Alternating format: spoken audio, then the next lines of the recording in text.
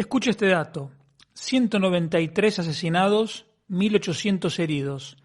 Ese fue el resultado del atentado más grande de la historia de Europa, que fue el 11 de marzo de 2004 en Madrid. Un atentado del cual todavía hay muchas cosas que no sabemos. No sabemos quién fue el ideólogo, no sabemos quién lo financió, no sabemos tampoco por qué los trenes se mandaron a desguazar con tanta premura cuando eran una prueba fundamental para futuras investigaciones. A pesar de todo eso, hay muchos que prefieren pasar página, una actitud que a mí, como mínimo, me resulta miserable. Empezamos.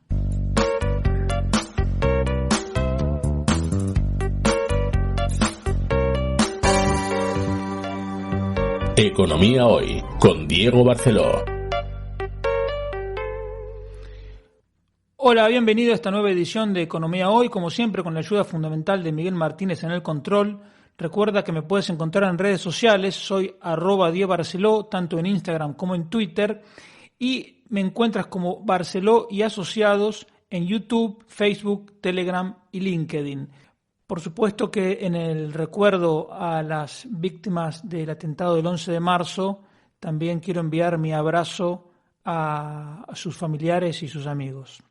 La primera noticia económica que te quería comentar tiene que ver con el tema de la electricidad, porque como tú sabes, el precio del gas ha subido, se ha disparado, por lo tanto, como es una fuente fundamental para la generación de energía eléctrica, ha aumentado también el precio de la electricidad, que también llegó a máximos históricos, y entonces, como siempre en estos casos, los políticos se juntan y dicen algo hay que hacer, han tenido la idea de intervenir en el mercado eléctrico. Hay que partir de la base de que estos precios de la electricidad, evidentemente, en lo inmediato, están explicados por el precio del gas, pero en realidad son la consecuencia de errores pasados. Por ejemplo, el haber querido marginar a la energía nuclear como fuente de energía, porque se dejaron de construir centrales nucleares, y también, además de cerrarse las térmicas, por ejemplo, a una decisión demagógica y extrema de intentar ser los campeones del mundo en energías renovables, cuando esa tecnología todavía no estaba hace 20 años suficientemente desarrollada, y aquí se decidió pagar primas exorbitantes. Y también tiene que ver con la forma en que se calcula el recibo de la electricidad, porque como sabes ese no es un mercado libre, sino es un mercado totalmente regulado, y el sistema, la fórmula por la cual se calcula el precio de la electricidad es lo que se llama marginalista. ¿Por qué? Porque hay oferentes de electricidad y hay demandantes, que son las empresas comercializadoras las que nos llevan la electricidad a nuestras casas y a nuestros negocios. Entonces, hay energías que se ofrecen muy baratas y hay otras que no. Entonces, lo que se hace es simplemente tomar el precio de la energía más cara, es la que está en el margen, por eso el nombre marginalista, y sobre la base de ese precio del más caro se establece el precio para toda la electricidad comprada y vendida. Hay otras alternativas para calcular. Es verdad que esta fórmula de cálculo marginalista no se hace solo en España, también es en muchos otros países europeos. Pero hay alternativas, se podría hacer un sistema ponderado u otros sistemas, pero quiero decir, ahora estalló el problema, porque no hubo previsión y porque hubo una planificación excesivamente optimista en cuanto al rendimiento y la inversión en renovables y en cuanto a la posibilidad de sustituir la energía nuclear. Pero ahora el problema ya está. Y entonces, como ahora estamos con el problema, empiezan las soluciones simples, por no decir simples, en realidad no, simplistas, que son más parches, como la idea de regular el precio, de poner un tope. La idea es, en realidad, limitar el precio del gas. Entonces, si el precio del gas es más bajo, el precio de la electricidad, por lo tanto, también sería más bajo. Pero si el gobierno de España pone un límite, o incluso todos los países europeos ponen un límite al precio del gas, el precio internacional del gas va a ser el mismo. Quiero decir, si el precio del gas no sube, no ha subido por casualidad, ha subido porque un oferente fundamental, que es Rusia, está en la situación que está, y por lo tanto el gas es más escaso. Como es más escaso y hay una demanda insatisfecha, el precio sube. El precio solamente está indicando, la subida del precio está indicando esa mayor escasez. Si se limita el precio del gas, el precio internacional va a ser el mismo. Entonces, alguien va a tener que poner la diferencia entre el precio máximo y el precio internacional. Quiero decir, si las empresas eléctricas, las generadoras, salen a comprar gas para sus centrales de ciclo combinado, tienen que pagar el precio internacional. Entonces, a lo que voy es que esa supuesta solución, en realidad lo que implica es que el Estado, es decir, tú, va a tener que poner dinero por otro lado para poder pagar el precio internacional.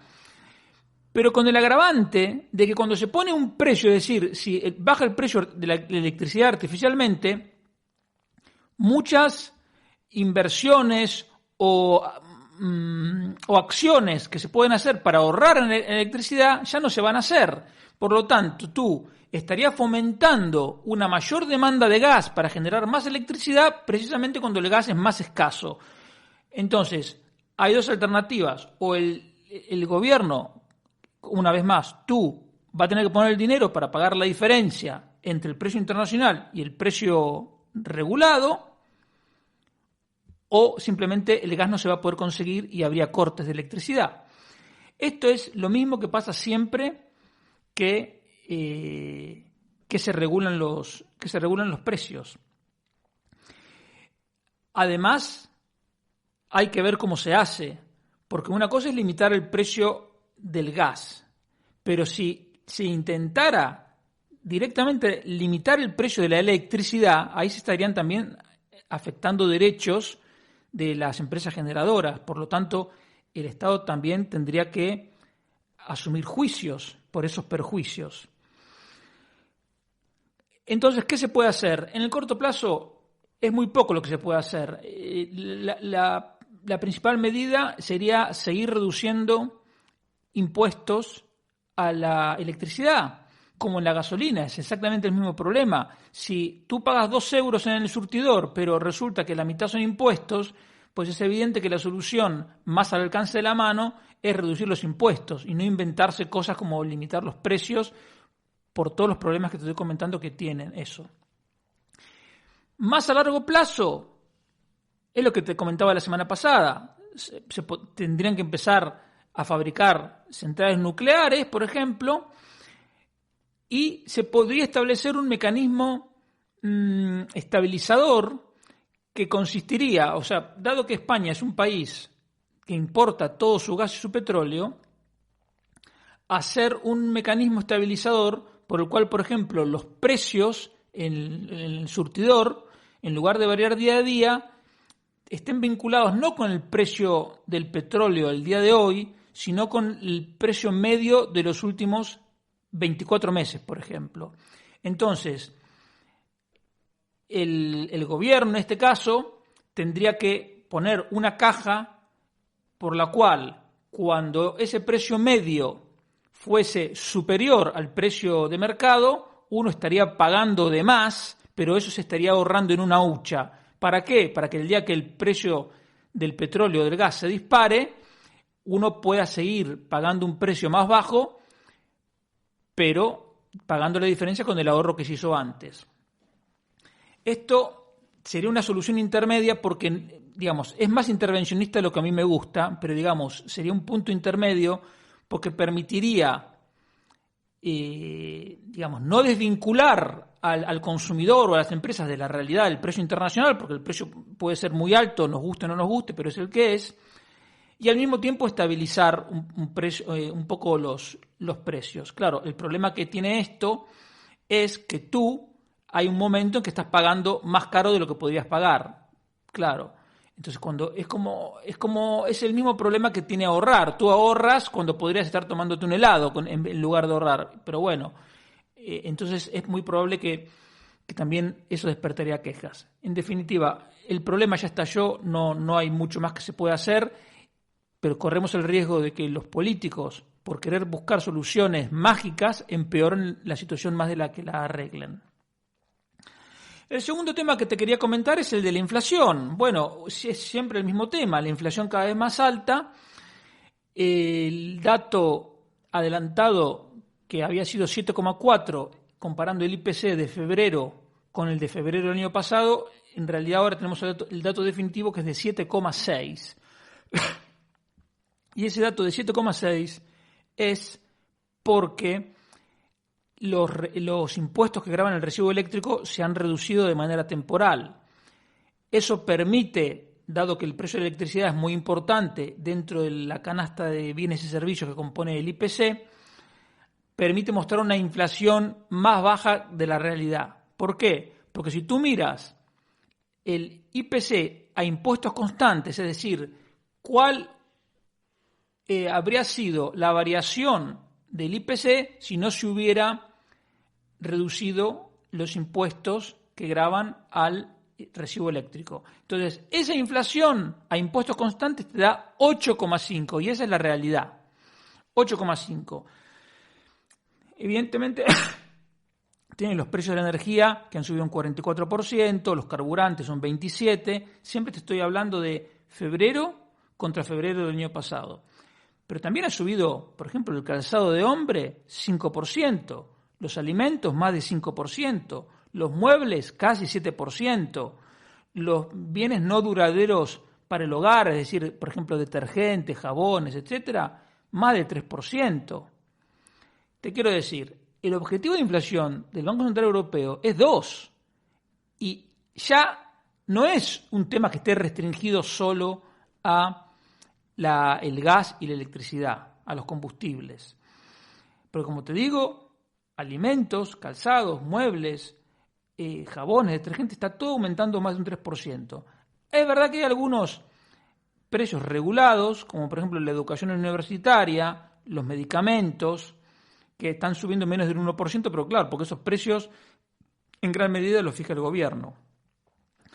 Y como muestra de que ya no estamos frente a un fenómeno temporal ni solo restringido a la energía, tenemos que la inflación subyacente o la inflación básica, que es quitar del IPC los elementos volátiles, es decir, tanto los precios de la energía como de los alimentos no elaborados, es decir, de los alimentos frescos. Esa inflación te da 3%. 3% es groseramente más que el índice, digamos que el objetivo del Banco Central Europeo. Los socialistas tienen mucha suerte porque siempre hay una crisis internacional con la que ellos pueden esconderse y desviar la atención.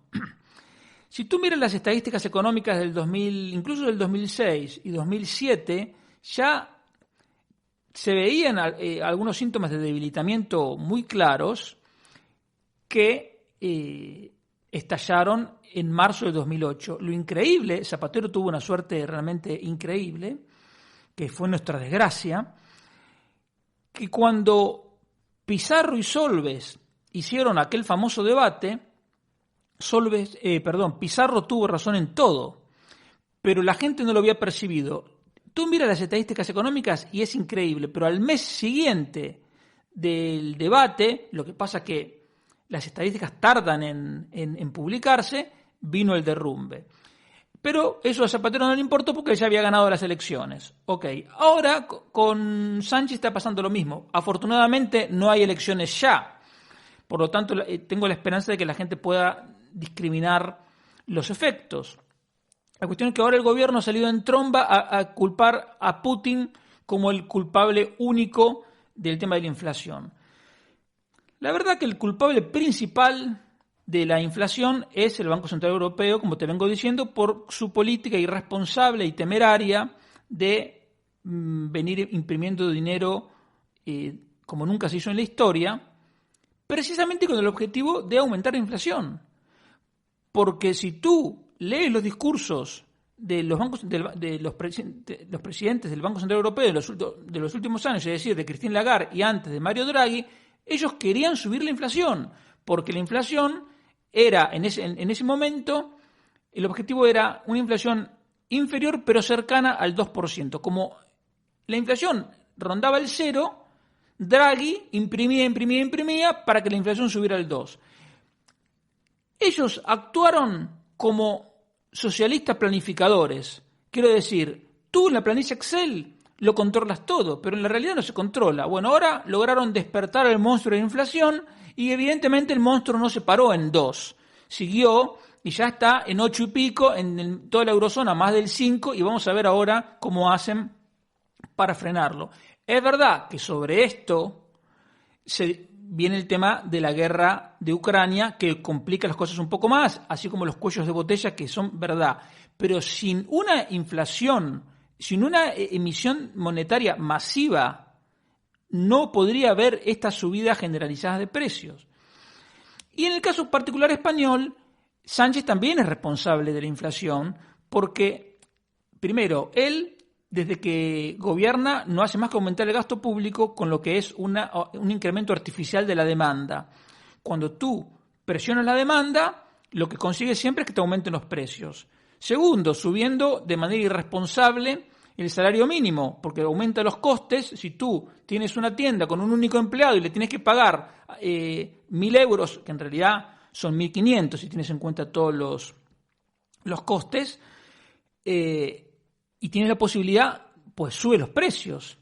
Y además, Sánchez es el campeón del mundo en aumentar impuestos. Entonces, él, por ejemplo, ha subido los impuestos al diésel, que también suben los precios, ha subido el IVA a las bebidas azucaradas, ha puesto la tasa Tobin, que te encarece si tú compras acciones españolas, ha aumentado el impuesto sobre las primas de seguro, es decir, todos los seguros, el del coche, el de la vivienda, todos son más caros por culpa de Pedro Sánchez.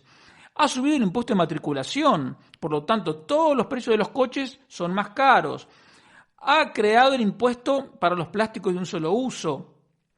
Ha puesto el impuesto para los residuos en vertederos. Todos esos impuestos terminan repercutiendo en los precios.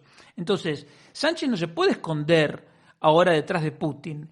Sánchez es absolutamente corresponsable. Lo que pasa es que como es tan mentiroso,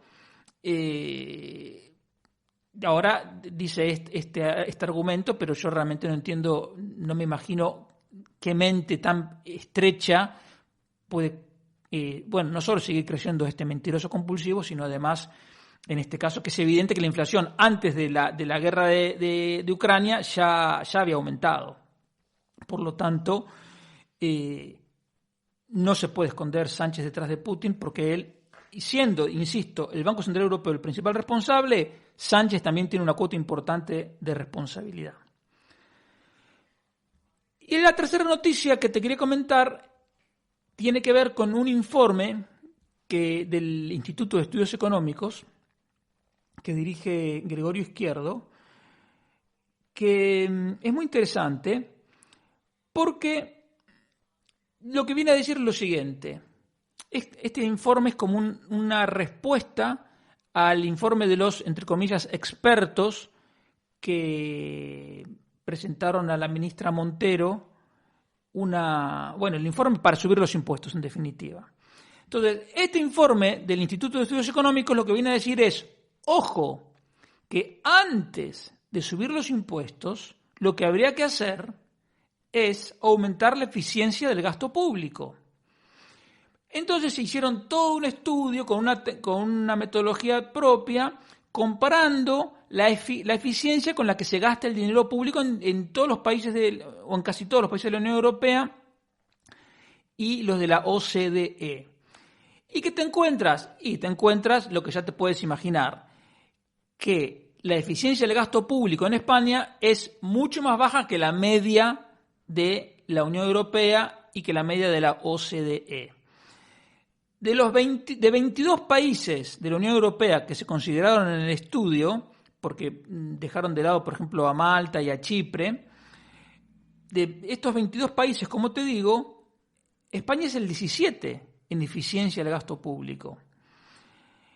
Entonces, la conclusión, que es el dato central de este informe, es que si España gastara con una eficiencia equivalente a la media, es decir, no yendo a los niveles de eficiencia de los más aventajados que son Suiza y los países escandinavos, como siempre. No, simplemente a la media, España podría reducir el gasto público un 14% y aún así mantener los servicios públicos que presta en el mismo nivel, es decir, sin hacer ningún recorte en el sentido de sin quitar ninguna competencia al sector público, solo gastando mejor se podría ahorrar un 14%. Y tú dices, bueno, un 14% ya de por sí es una cifra considerable, ¿no? Es como si yo te digo, mira, si tú compras en tal supermercado en lugar de tal otro, te puedes ahorrar un 14%. Yo estoy seguro que si te digo eso, te cambia de supermercado. O si te dicen, mira, este seguro del coche cuesta un 14% menos. Evidentemente te cambia de compañía. Bien. Pero cuando lo pasas a millones de euros, el dato es mucho más demoledor, porque los ahorros son de al menos 60.000 millones de euros por año. 60.000 millones de euros por año. ¿Y eso a qué equivale? ¿Qué dato más asequible te puedo dar? Eso equivale a 3.500 euros por cada uno de los que trabajamos en el sector privado, que somos los que mantenemos todo este chiringuito público. Claro, entonces ahí alguien puede decir, bueno, pues esos impuestos yo no los pago.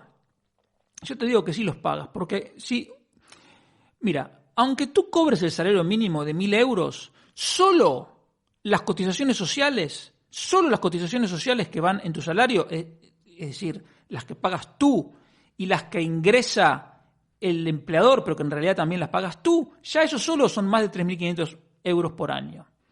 Pero a eso añade todo el IVA que pagas cuando compras cualquier cosa. Entonces, aunque tú no pagues nada de IRPF, porque en la declaración de la renta te devuelvan todo, la realidad es que aún un 1.000eurista está pagando miles de euros por año de impuestos. El drama es que ese dinero es para derroche, porque si tú me dices, gracias a ese esfuerzo se están manteniendo los hospitales. Y la respuesta es que no, porque como ya te dije, aquí en Asturias concretamente se gastan 2.000 euros por persona por año en el sistema de salud, que es el doble de lo que cuesta el seguro de salud más caro. Entonces, supongamos que el sector público presta más servicios de salud o lo que sea. Bueno, pongamos que la diferencia no es el doble, pero es tranquilamente el 60, 70 o 80%. Bueno, entonces, ese es el tipo de ineficiencia que tú estás pagando, aunque seas un 1.000eurista. ¿Tú te imaginas la explosión de prosperidad que habría en este país si el gobierno redujera en 60.000 millones los impuestos? Es decir, si por un lado gastara de manera más eficiente, es decir, se ahorraría 60.000 millones, y por el mismo lado quitara 60.000 millones de euros de impuestos. Nos quedaríamos con el déficit, pero lo que pasa que si tú al sector privado le quitas tremenda mochila, la economía empezaría a crecer a un ritmo tal que la recaudación volvería a crecer y el déficit se cerraría. Pero si no te gusta esa alternativa tan extrema, bueno, el gobierno ahorra 60.000 millones de euros en ineficiencias y te rebaja los impuestos en 30.000 millones de euros. Es como que nos rebaja los impuestos redondeamos para abajo, 1.500 millones de euros, 1.500 euros por año a cada uno de los que trabajamos en el sector privado. Es como si cada uno de los casi 17 millones que estamos en el sector privado tenemos 100 euros más por mes en el bolsillo. ¿Tú te imaginas lo que sería esto? Una cosa espectacular. Pero bueno, entonces, esto no te lo digo para que te hagas mala sangre empezando el fin de semana. Te lo digo para que siempre, digamos, el mismo mensaje es que visualices y que expliques a tu entorno, a tus familiares, a tus cuñados, a tus amigos, que el Estado se ha convertido en nuestro enemigo porque nos chupa la sangre y no es en beneficio, bueno, es en beneficio de los chupasangres únicamente, de las garrapatas que viven de nuestro trabajo. Pero eso no beneficia a nadie. Entonces, cuando alguien te dice que hay que recortar el gasto público, tú no pienses que te vas a quedar sin el centro de salud o que te van a recortar las pensiones, porque esto evidentemente, este informe no habla de recortar las pensiones. Está hablando de gastar, de recortar ineficiencias, como las que te he comentado aquí. Por ejemplo, por tener los más de 8.100 ayuntamientos que tenemos que tener diputaciones. Y esas diputaciones de mano gastan como 2.000 millones de euros más de lo que sería necesario. Y tenemos 17 parlamentos autonómicos que también gastan más de lo necesario, y así sucesivamente. Y todo eso, ¿en qué te beneficia? A ti te está impidiendo prosperar. ¿Por qué? Porque la empresa, por ejemplo, para la que tú trabajes, tiene que pagar una cantidad de impuestos que si pagara menos, podría contratar a más gente o te podría subir el sueldo y tú tendrías mejores perspectivas de carrera profesional o podrías irte a otra empresa o lo que sea. Este informe, que es realmente muy importante porque cuantifica algo que nosotros intuimos, sabemos que el Estado se ha convertido nos desfalca permanentemente y la cifra del desfalco es lo que pone negro sobre blanco este informe, 60.000 millones de euros que nos quitan para nada, que nos quitan para alimentar los chupasangres, que nos quitan para los chiringuitos, que nos quitan para las televisiones públicas deficitarias. 60.000 millones de euros que son nuestros, pero que el Estado, utilizando su poder de policía y la amenaza de multa o cárcel, nos lo quita. Y entonces nos hace ciudadanos menos libres y nos acerca a ser vasallos del Estado.